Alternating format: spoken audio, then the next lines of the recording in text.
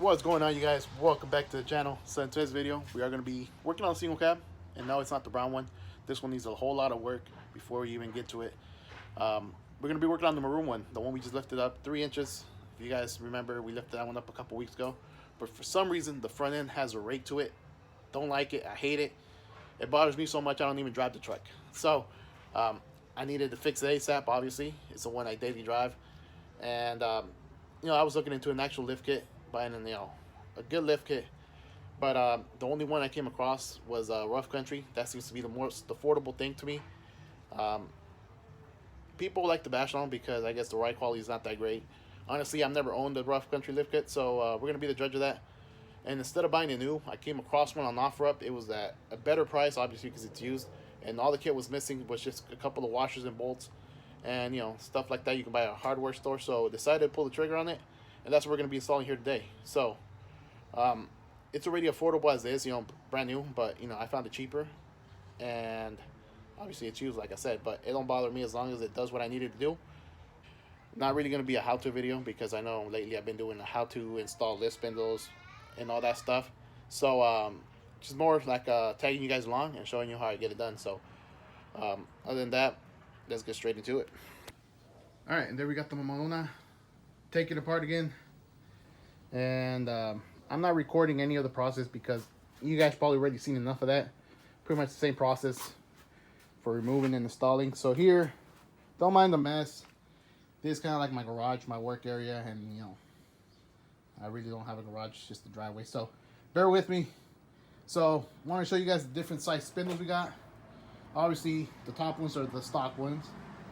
Middle ones are the 3-inch lift ones. And then down here, we got the spindles for the 6-inch lift. So you can see there's a big difference in size. So we already got the wheel bearings mounted up to the new spindles. And then down here, we already got it all taken apart. We already installed the cross members. We got both of them lined up. And this kit actually requires you to drill some holes, new holes, up there so you can mount your coil spacer. So what's liked about my kit is obviously it's used. So I didn't have the coil template. So I kind of had to make my own. And as you can see, there it is. Just to give you guys an idea, I'm going to show you how it goes.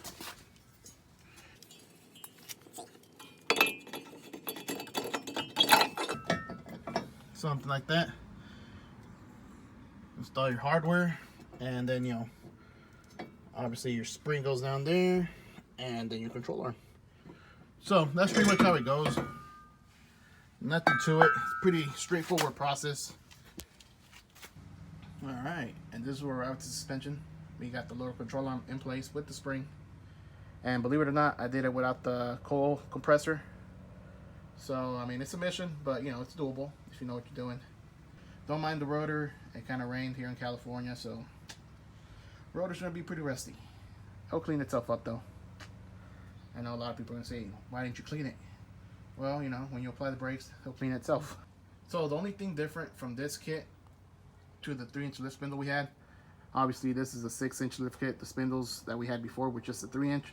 So the only thing difference from this kit to that is the Rough Country kit has the coil spacer up there, and it comes with these cross members and the rear blocks and all that good stuff. But for the front, it's just pretty much just the coil spacer and the cross members down there. So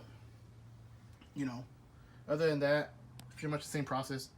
And if you guys are curious on how to install this, Rough Country has a really good instruction manual online. Look it up. But yeah, I'll probably provide the link down below just so you guys get an idea. But so everything's bolted up. The only thing loose on the suspension is the cross members right there. We can't tighten those down until we put the wheel back on and we drop it down. That's what the instructions call for. So other than that, everything's in place. Get an idea of how it goes. Don't mind the oil leak back there. For some reason, when we did the rear lift, we tore up the seal for the transmission where the axle slides into, so we're gonna have to replace that. But these sway bar links are kind of a trip because there's kind of a weird design you can see there. So you got a bolt that goes into the bottom, hold that bracket in place, not up here. The way I found it easiest was to put the link in, put everything in, you know, like if you're gonna bolt it down, and kind of get an idea of where the bracket wants to be. So I marked mine, and then I took out the link and I just tightened up the bracket once I lined up both of those lines, because other than that you can't get an Allen wrench in there. I tried it, although it seems like you can. I couldn't find one that would fit, so I just marked it with a Sharpie, both brackets, bottom one too, and I just tightened them down that way, and then just put the link back on. But that was the only trickiest part. Other than that, we're ready to put the wheels back on, so let's get to it. Alright, and there's the finished product. 6-inch lift kit from Rough Country. Remember last time we did the 3-inch lift kit, it was sagging up front. Now it looks like it's a little higher up front, if anything like an inch, I believe, when I measured. So to me, that's pretty good. Not too much of a lean. Got the 20x12s looking nice. And I know I didn't show you guys the rear part of the lift kit, but pretty simple. Nothing to it, really, just the shocks. And you got the 6-inch block right there. I think it's a 6.25 inches, I believe. So I didn't show you guys that because it's pretty much just drop your rear end and install that block.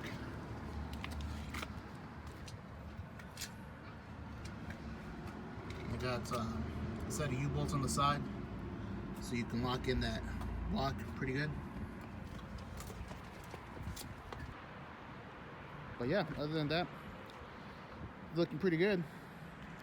So again, for those of you guys that are new, don't mind the tailgate. I know it needs some work, but for those of you guys that are new, the tire size is a 275 55 20-inch. It adds up to like a 32-inch tire, honestly, not even a 33. So that's what she looks like on this side.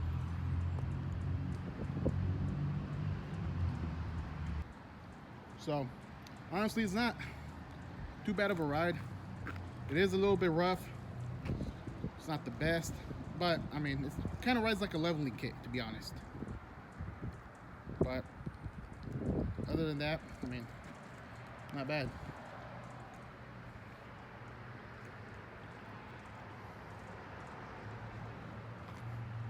And you can see here, the front tires stick out farther than the rear. So I think a 2-inch spacer will fix that. So that's probably next on the list. That way the wheels look pretty even.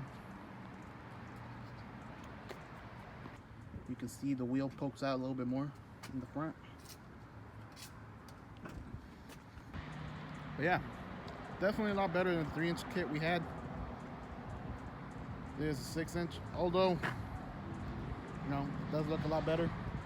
Like I said, it does ride a little bit more rougher. I guess Rough Country holds their name, you know.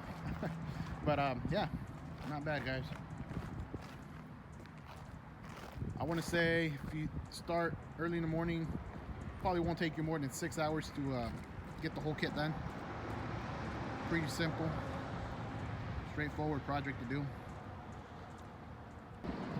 But yeah, I think now we can definitely throw on some 35s, and I think we should clear them, honestly. We have the Norcal mod up front, we trimmed the bumper up front, so I think we should clear 35s.